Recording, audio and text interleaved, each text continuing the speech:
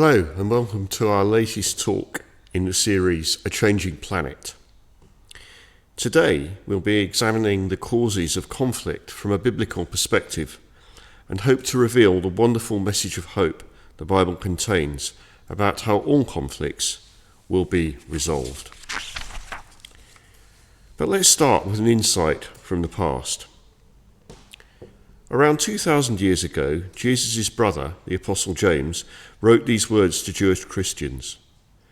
"Where do wars and fights come from among you? Do they not come from your desires for pleasure that war in your members? You lust and do not have. You murder and covet and cannot obtain. You fight and war." Times may have changed since the first century, but the basic drivers of human nature have not. Humanity has an inbuilt greed to accumulate wealth and power and to enjoy the pleasures these things can bring, and will stop at nothing to achieve their desires. A recourse to violence is all too easy a step if things are not obtained through peaceful means. And although this quote in James was aimed at individuals, the drivers of national behaviour are no different. After all, nations consist of humans with all their innate desires and ambitions. So we'll now briefly examine the causes of conflict in our modern world before examining how the Bible reassures us what we see in the world around us is actually a sign of God's purpose being worked out. There are many causes of conflicts. I've listed 7 here. There are probably more you can think of. Nationalism, ambition of leaders, religious and cultural differences, ideology, political revolution, territorial gain, and economic gain, in particular the plundering of resources of another nation. And I'm sure you can all think of examples of how the above fit in both in history and in the conflicts that we see today in 2023. Often these causes overlap and combine. For an example, an ambitious, aggressive leader can exploit nationalism or religious and cultural differences between nations or communities within a nation to justify confrontation and violence.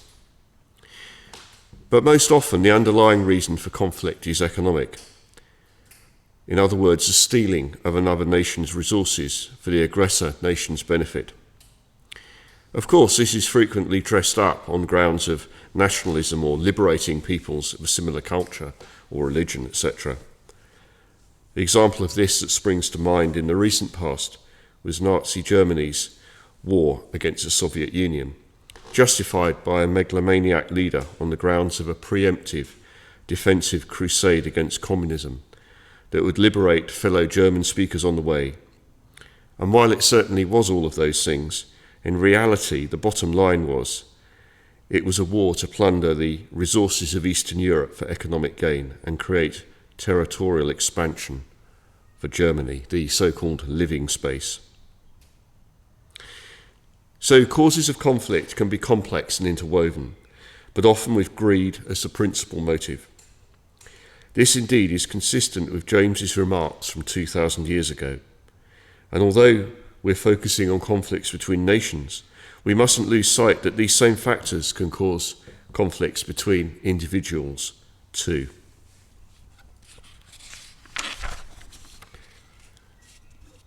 So what of the world in 2023? The map here shows the extent of ongoing conflicts and casualties suffered in the past 12 months. Ukraine and Sudan are obviously very much in the news at the moment, but it's striking how widespread are other lower intensity conflicts across a large swathe of the world. Perhaps conflicts we wouldn't even think of. For example, look at Mexico and Colombia, conflicts driven by the drugs trade, caused by greedy cartel bosses, but only made possible by the lust for drug consumption in the developed world. Again, comes back to those words of James about lust and greed being the cause of conflict.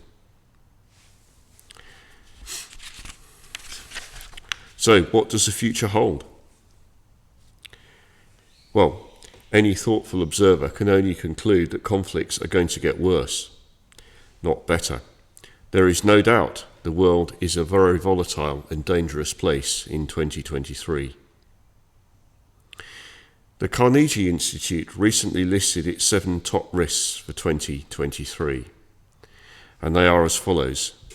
Potential for escalation in Ukraine, including use of unconventional weapons and direct NATO involvement. Secondly, and perhaps relatedly to the first, civil unrest and power struggle in Russia if further serious setbacks are encountered in the Ukraine war. Thirdly, potential for Chinese invasion of Taiwan and possible direct war with the United States. Fourthly, an acute crisis in Northeast Asia triggered by North Korean nuclear threats or economic collapse. Fifthly, worsening economic conditions in Central and South America, exacerbated by climate change and gang violence, spilling over into the United States, causing chronic instability with a flood of migrants attempting to enter the country. And finally, open war between Israel and Iran over the latter's nuclear capabilities and support for Israel's enemies. And I've left that one to last because we'll come back to that a little later on. And all these factors are on top of societal and political conflicts and divisions that are getting more and more pronounced and virtually unbridgeable in so many nations. We think of the deep divide a couple of years ago over the contested US election. We could be forgiven for feeling a sense of despair of what is happening to our world. But we can take great comfort by learning from the Bible how God has a plan for this earth. The Bible tells us God will send Jesus back to this earth to establish and rule his worldwide kingdom in place of the present nations, a kingdom that will last forever. As Jesus was being taken into heaven, the angels appeared to the disciples as recorded in Acts chapter 1, and they said, "This same Jesus, who was taken up from you into heaven, shall so come in like manner as you saw him go into heaven." And then in the last book of the Bible, Revelation, in chapter 11, we read, "The kingdoms of this world have become the kingdoms of our Lord and his Christ, and he shall reign forever." Yes, God's kingdom to be established over this entire planet, replacing the current nations that we see, to be ruled over by Jesus Christ, a kingdom that will last forever. And Jesus' rule will be characterized by peace, justice, and above all, godly righteousness. The prophet Isaiah said, "Behold, I create a new earth. The voice of weeping shall no longer be heard. They shall not hurt nor destroy in all my holy mountain, says the Lord." And there are many other chapters in Isaiah, particularly chapter 11, chapter 66, for example, that tell us more about this wonderful kingdom. And please do look them up in your own time. But to summarize, all the current problems of conflict, war, justice, injustice, poverty, moral and environmental degradation will be solved by God's kingdom. To paraphrase a recent political slogan, God's kingdom will be tough on conflicts, tough on the causes of conflicts. Even sickness and ultimately death itself will be abolished, and mankind granted the gift of immortality to be enjoyed on a perfect earth. All very well, you might say, but when's this coming? You could say, the cynic could say, sounds like a good time coming, and it's been a good time as well. Well, the Bible does give us many indications that we are now living in what we call the last days before Jesus returns to this earth. And before that time comes, the Bible warns of very difficult and dangerous times, indeed so grave that without God's intervention in sending Jesus back, it is doubtful that mankind would survive. And we can look at just, again, a very small selection of passages illustrating this. Start with Luke chapter 21. And in this chapter, Jesus is answering a question from his disciples about when he would return. And he said, "On the earth there will be distress of nations with perplexity, men's hearts failing them for fear of those things coming on the earth." And that word perplexity means no way out. And indeed, I think few of us would disagree that the world in 2023 is rapidly heading towards a situation of no way out, where civilization as we know it will not survive, whether it be from wars or conflicts or from climate change. Indeed, the earth is at a crossroads. But whatever else is going on in the world when Jesus comes, there is no doubt that God's focus will be on the land of Israel, the homeland of the Jewish people that he chose to be his special nation many thousands of years ago, as recounted in the book of Exodus in the Old Testament. Remember a couple of slides back, one of the risks for 2023 that we highlighted was open warfare between Israel and Iran. Well, let's just return to think about that for a moment. For while we can't be certain of the other 6 predictions about Ukraine and Taiwan and so forth, we know from Bible prophecy that this prediction is spot on. We can't, of course, be sure that a war between Iran and Israel will happen this year, but Ezekiel 38 predicts that Iran, or Persia as it was then known, will be part of a confederacy that invades Israel.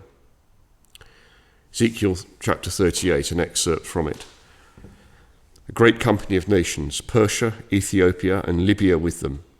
In the latter years you will come into the land of those brought back from the sword and gathered from many people on the mountains of Israel, all of them dwelling safely, to take plunder and to take booty." This is evidently something that's going to happen in our days, because Israel, as I'm sure you'll be aware, was regathered and reconstituted as a nation 75 years ago, in fact this very month. The Jews were brought back from all nations in Europe and the Americas and Asia to form the new state of Israel. And they have made a huge success of running their country in the intervening 3/4 of a century. But despite all this, they still are the target of hatred and envy of the nations around them. And it's not hard to see an invasion happening, a conflict between Israel and these mainly Muslim nations, driven by religious and cultural hatreds. And perhaps these nations will be driven by a desire to so-called liberate the Palestinian peoples. Plus, of course, as mentioned in this chapter in Ezekiel, there will be a desire for economic plunder of Israel's booming economy. We remember that at the beginning we said most conflicts have this as at least part of the reasons behind them. And we can imagine the shockwaves that this war will cause globally. But the Bible reassures us that God will intervene through Jesus to save his people Israel and the rest of humanity from the devastating effects of this crisis. Daniel 12 foretells a time of unprecedented trouble coming on the earth. At that time, Michael shall stand up, that great prince who watches over your people. There shall be a time of trouble, such as never was, and at that time your people shall be delivered, everyone who is found written in the book. Michael, the guardian angel of Israel, will arise to defend and save God's people, and not only natural Israel, but all those who have placed their faith in Jesus' saving work. This chapter 12 of Daniel continues with the words, "Many of those who sleep in the dust of the earth shall awake, some to everlasting life, and some to shame and everlasting contempt. Those who are wise shall shine like the brightness of the firmament and like the stars forever. These are words of amazing comfort, looking beyond the time of trouble and conflict that we see now, promising the wonderful gift of eternal life in God's kingdom to those who are wise enough to place their trust in God's offer of salvation. May we all be granted the wisdom to choose life over shame and contempt. Thank you for listening.